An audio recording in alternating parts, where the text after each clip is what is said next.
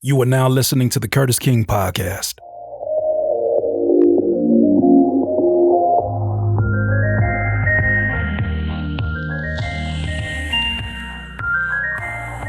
Hello and welcome to the Curtis King Podcast. I am your host, Curtis King, and if this is your first time listening, this is a podcast dedicated exclusively to music producers, as well as creatives and thinkers alike. We like to put an extra emphasis here, not just on the technical end of making music or creating art, but also the mental health aspect of it. Thank you for joining us. First and foremost, I want to say thank you to our sponsor who is powering this podcast and has been powering it for some years now, our great friends over at DistroKid. Shout out to DistroKid. You'll hear a little bit more information about them in case you've never heard of them or you've been thinking about using their services towards the halfway point. Now, today, I want to talk about exactly what is in the title. Why do music producers avoid taking risk? How do I know that music producers avoid taking risk? Well, first and foremost, because we're human beings, and there's a lot of human beings who fall into that category. This was inspired by talking to a lot of producers in their younger years that are hesitant about this journey they're getting ready to embark on. They're figuring out that music production just a lot more challenging than what they thought it was. They thought it was just putting a bunch of sounds together and then,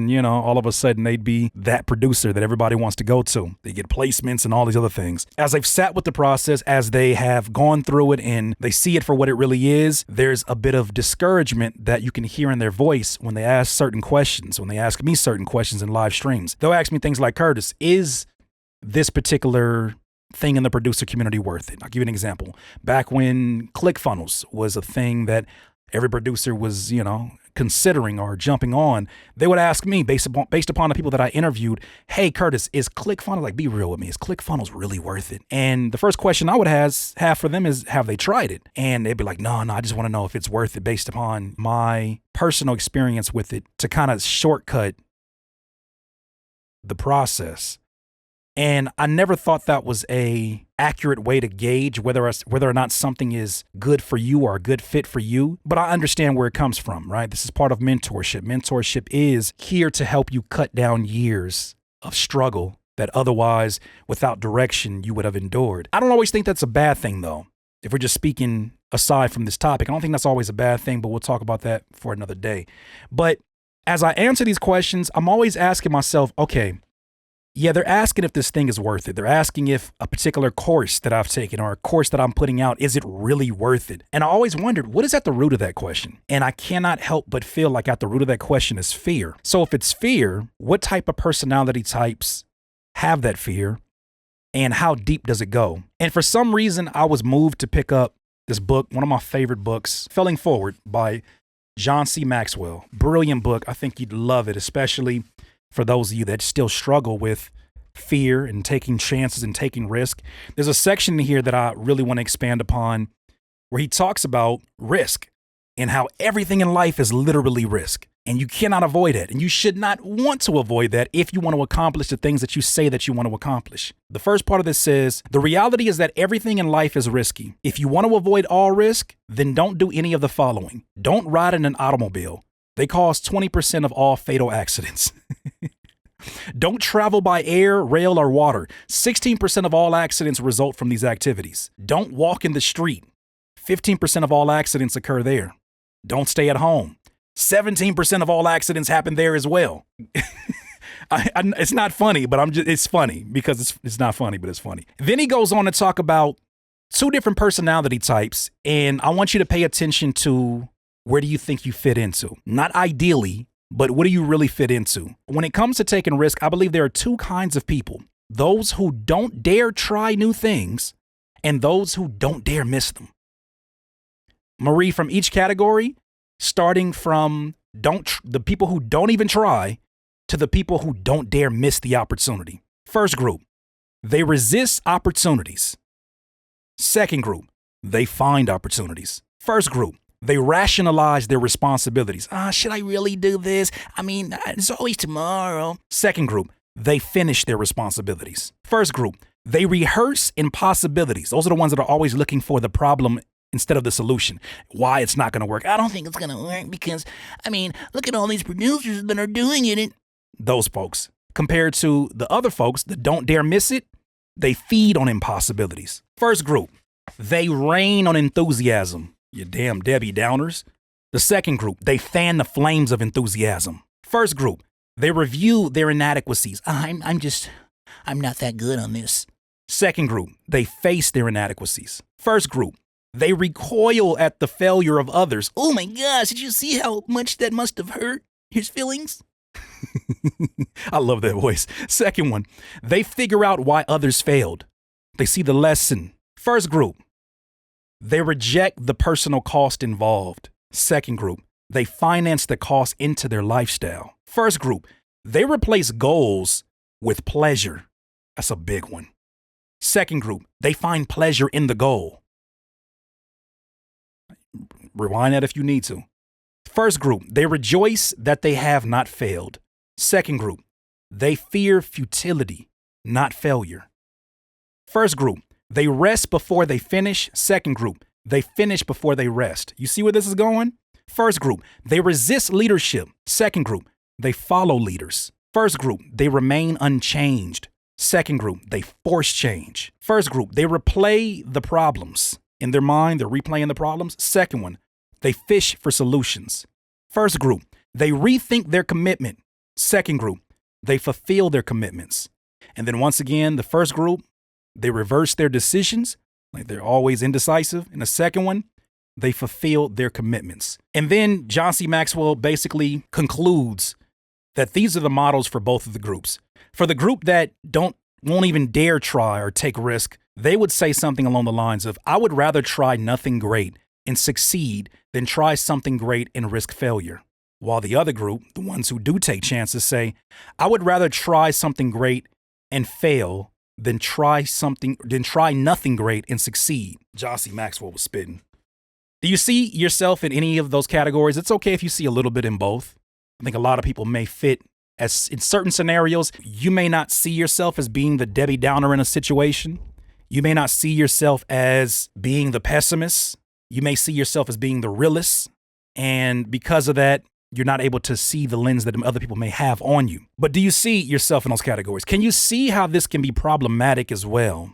Especially the one where there are folks who would rather have they would rather avoid failure in the name of pleasure because the other group understands that there is no pleasure without the failure. I know that there's many routes to success. Inevitably, they all lead to one bridge. Before you can actually get to the thing that you want to get to, yes, you can take as many freeways as you want to. You could take a train, you could take a plane. But inevitably, there's a bridge that you must cross to get to that thing that you want so bad. Nobody leaves this life alive. Nobody gets to their goals unscathed. You want life to take you through it. I had this epiphany based upon that common saying where it says, God doesn't give us anything that he knows that we cannot handle. Regardless of your belief system, if you believe that statement to be true, even on a universal or life level, that we are not given more than we can handle. If you are given something that is testing you on a level that you thought that you'd never be tested, on a level that makes you very concerned about whether or not you'll make it out the other end, you should be applauding because that means that you have already leveled up. That means that your capacity within you has increased. You have been given this challenge because you can handle this challenge. Maybe 2 years ago, you couldn't handle this very unique and very specific challenge, but you can now. That's why you're being given this challenge. Take that as the gift that it is. That common saying where they say new devils, new levels, new levels, new devils is very true. But in this case, new lift, new gift. You leveled up. You lifted another level. Now you've been gifted another struggle. Accept that as it is. And so for those of you that are still in a place where you want to live vicariously through other people's experience, what you must understand is that even if you get the best advice from the best person, from the ideal situation who is living the life that you think that you want to live in every single detail of it, even they cannot tell you how to get there. You must take the risk. You must not only take the risk because you have to, because you get to. There is someone who died last night. There's someone who died this morning who will never get the opportunity ever again to take that risk. The fact that you are here, I'm able to know a few things. I'm able to assume a few things without knowing exactly who you are. One, that you are alive. Two, that you can hear. Three, you can possibly see, possibly. Four, you still have air in your body and opportunity to do something with it. To me, you've already woke up with a win. To me, you've already woke up with the most dangerous weapon that you could ever give a human being, which is opportunity. But it's only dangerous when you use it. So instead of living life, waiting for somebody else to live it for you so that you know that it's safe, instead of living life on a boat, the most secure boat that you could find, and trying not to rock the boat and trying not to have any kind of risk along the way, it's time for you to give that up if you truly want what you say you want. If not, you're living a lie. You know what I noticed about this list? And we're going to go to commercial break after this. What I noticed about that list as I read it out loud, both of those lists have one thing in common. They both require energy. The difference is that how that energy is utilized. The people who won't even try use their energy resisting the risk, but they're still using their energy.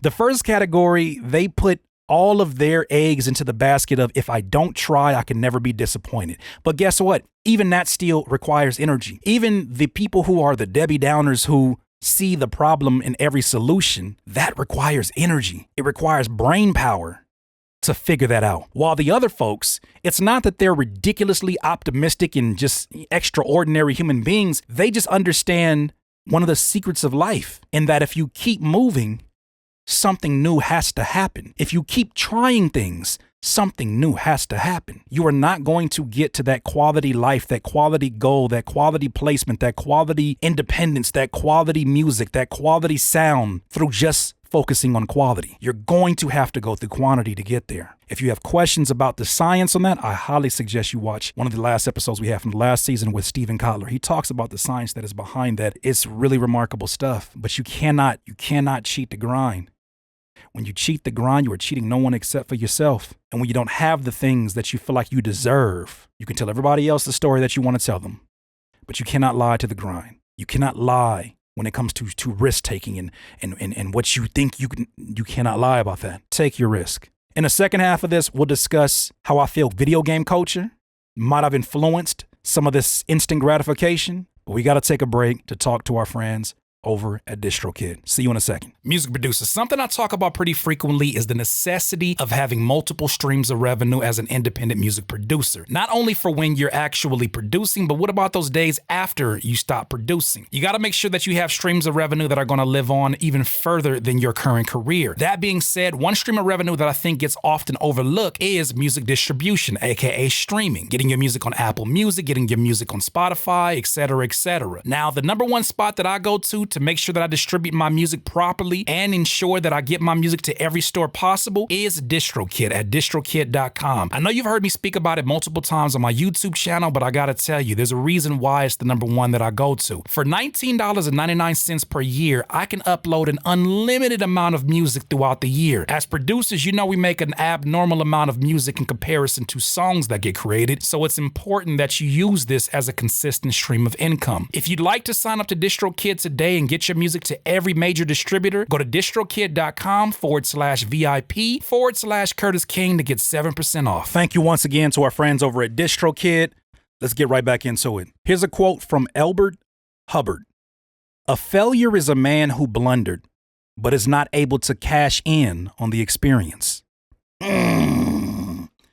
A failure is a man who blundered, but is not able to cash in on the experience. He did not see the blessing in the lesson. Ed's fifth rule of procrastination. If you spend sufficient time confirming the need will disappear. So in producer terms or creator terms, if you spend all of your time trying to confirm the worth of something with other people, if you spend all of your time trying to have other people live the risk and take the risk for you, the need and the whole thing that you're depending upon will disappear. It will evaporate right before your eyes. You will not even have to even deal with it. Good job. As I'm sure that's just not what you wanted to do. That is what's going to happen. Before the commercial break, I talked about a little bit about why I feel like video game culture, and even to a certain degree, I think social media, just the world we're living in general. These things are not to be demonized because they're just tools, just like money. Money is not evil. It is a magnifying glass to who we are. I believe that. If that is the case, then the same thing can be said about social media, in that they are tools. And that whatever your algorithm is showing you is a reflection of something in your personality that you do not want to address. It is something in your personality that you don't want other people to know about. It's the ugly part. We all have an ugly part. We cannot be wholesome individuals and not have the whole experience. So that ugly part of you is what your algorithm, when you don't like it, is reflecting upon you. But what I feel like social media, what I feel like seeing other people's highlights on repeat in 4K, what I feel like seeing in video games. I'll give you a prime example. NBA 2K23 just dropped. If you don't know, that's one of the most popular basketball video game franchises of all time. I love it. It's one of my favorite games to play on Xbox. They have this thing that they've had for some years where it allows you to create a player, right? Imaginary player on the video game. And you can give this player whatever height you want, whatever attributes, whether they're skinny or tall or 3-point specialist or they're a dunker. You can give them all these different skill sets. And after you build sort of this basic model, you then have to work out with them and you have to have them play in games and story modes that basically helps to improve their skill set. I love this My Career mode, because it shows you parts of what the grind looks like. The thing I don't like about it is that using some tool within this video game, NBA 2K, they allow you to use what they call VC, which I believe are virtual coins. If I'm not mistaken, excuse the boomer in me. Virtual coins that you can pay your real money for, and those coins you can then dump into your player and then give them like this ridiculous bounce in their dunking, crazy handles. You get more opportunities to up your 3-point shot without ever practicing it. You just all of a sudden it just jumps into his body. He's able to be a Steph Curry, just like that, just like that. He's able to be Steph Curry. I don't like that part of it. It's a step up because back in like NBA Live days, the video game that was really popular on PlayStation, you could just push all of your stats to 99 and just the game wasn't fun anymore because you was just waxing everybody. You was just beating everybody down. But with this VC and you're paying money, I think something about that connection between real life in this video game life wires certain people in a way that they feel like, well, if I have the money, I can literally have anything. I don't think that's a stretch to say that, because even when you think about Fortnite, games that are free that allow you to buy features and you put these features into your player and you're able to have these super crazy guns or these super crazy upgrades and whatnot. I think there's something that in our brain, we start to look at that, then we go on social media and we see this instant gratification we get for putting out a tweet and it goes viral, or trolling and getting a response from a celebrity. We have all these things that are triggering that part of our brain. I don't think it's a stretch to believe that ultimately that's going to have an effect on our patience with our goals. If everything else is instant gratification, we come to expect it in our lives. We actually get irritated when certain things don't go according to plan. For instance, if you could see the irritation in people's eyes and their vocal tone when they go to a Starbucks and Wi-Fi doesn't work, them folks get mad. Ooh, these folks get mad. Ooh, they get mad. Or when our cell phones don't work according to plan. I remember Louis CK had a stand-up comedy about it, how we get so angry about this dumb phone's not working. I'm trying to send this text message. This is stupid. Oh. And it's like, we don't even know how a text message gets to another person. Please describe that to me. Without if you have a history in this and you know phones, I don't want to hear your explanation. I want to hear that you're a regular Joe Schmo with no technology knowledge. Explain to me how a text message gets from one person to the other one. The cell phone, duh. Thanks there, genius. I appreciate it. That's not what I'm getting at. What is the science? How do you get these words? And how is it happening? Well, it's through the interwebs. It's through... Shut up. I don't want to talk to you no more. Maybe I do want to talk to the specialist. But that's what I'm getting at, is that we get so comfortable with the lifestyle that we have. We get so comfortable with the upgrades in technology that we come to expect certain things. And one thing that is reign true, no matter how developed technology gets, no matter how many great breakthroughs that we get, no matter how much easier life gets in certain aspects, one thing that you cannot avoid is the work. One thing that you cannot avoid is the risk. One thing that you cannot avoid is the failure. And it is only failure when you stop and don't learn anything from it. Take those risks. Take that hesitation out your voice. Take that pessimism out your voice. In your 20s, that pessimism gets celebrated by other people who are just as pessimistic as you. You know what happens to those people, though? When they get to those 30s, they become very regretful that they were so pessimistic, and they even become more tyrannical monsters in their 30s, or they become very regretful and very humbled. But what life has shown them, that there is no benefits in being that way. You show me the upside of being an asshole. You show me the upside. Oh, you avoided somebody disrespecting. You avoided failure. You avoided being disappointed. What kind of a life is that? You are literally walking around with the plastic covering that my grandparents used to have in their extra living room. The one, the living room, you know what I'm talking about. My folks understand that. Your grandparents had that room that had plastic covering on everything and you weren't supposed to ever go in there. You never eat food in there. You barely can bring guests in there. It was more so for design. It's kind of a state of luxury at some point for middle class where they come in your house and be like, oh, that extra living room is fire. That. You're walking around like that. That is your existence. Doc, you have been gifted life. Life. You have been gifted an opportunity. I think so many folks are going up to bat in their music careers, in their creative careers, and they're swinging for home runs every single time. They don't recognize it. They're swinging for home runs and not seeing the value of just bunting, the value of not swinging at everything, the value of just hitting the single and getting on base, the value of investing 1% towards the goal today, the value in writing it down, the value in actually getting it right, the value in spending time with the details that most people don't care about. If you ever wonder why influencers or folks in our space can give out so much great information and you're like, damn, how could you give this out for free? Oh, it's because they're trying to get you into their funnel and that's just the front end of it. And they're so knowing. What they don't understand is that most human beings are the reason why they won't ever achieve it. It's not a lack of information. We have more information than we've ever had before. More disinformation, but we have more information and more access. It is easily accessible. In no other time have you been able to ask a question, and then while you're asking that question, there's a computer on your arm or in your pocket that is looking it up for you simply because you asked a question or said the name, "Hey Siri," making sure it didn't go off. Never has there been a time like that. We're living in that time. I am pushing for you to take your risk as an independent. I am pushing for you to see the value in the life that you have right now, the value in working from a small business aspect, the value in doing the work right here at this level. I want you to see that because I'm telling you right now, this is the easiest it will ever be. Life will never be. The grind will never be this easy. How do I know that? Rewind 10 years ago. Content creator wasn't even a job. 10 years ago? Not the way it is now. It wasn't as prevalent, I should say. 20 years ago, was there even a like button? 2002, was there even a like button? YouTube AdSense wasn't even a thing at that point. 20 years ago. We are part of a generation that is creating new jobs every single day in our space as music and content creators. But we're also living in a generation where it's not cool to try to pursue respect, or in other words, clout. You get laughed at and pointed at by other people who have already chosen to give up on life, chosen to give up on their goals. You get laughed at by them. What an odd time to live in. One thing I can promise you is this, and I'm going to end on this note. For those of you that understand where I'm coming from, for those of you that are already the risk takers, take full advantage of this being the easiest time that it will ever be to be a music producer and artist. Yeah, there's a lot of responsibilities you must take on, a lot of hats that you must wear, but you must understand it is only going to get more complex from here. When I started seeing NFTs, when I started seeing the cryptocurrency space, and I was like, that's a whole nother thing to learn.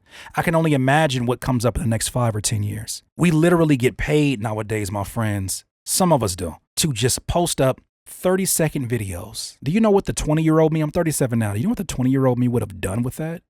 Do you know how that could have changed my life? Even if it was an extra $1,000, back when I was struggling to afford toilet paper, it is literally the easiest it would ever be. It's a lot of work. It's not, how about this? It's simple, but it's not easy. It's simple. It's just a few steps. Find your niche, make content, document, edit it, make it interesting, put it out. Very simple, but it's not easy. I get that. But I would rather you try and try again and stay consistent and push your way through quantity in order to get to quality. Once again, that was another episode of the Curtis King Podcast. Thank you so much for supporting this podcast. I greatly appreciate every single one of you. Let me leave a little second for all my Patreon members to get their love. Hey, if you want to be a part of my Patreon audience, just visit patreon.com/Curtis King.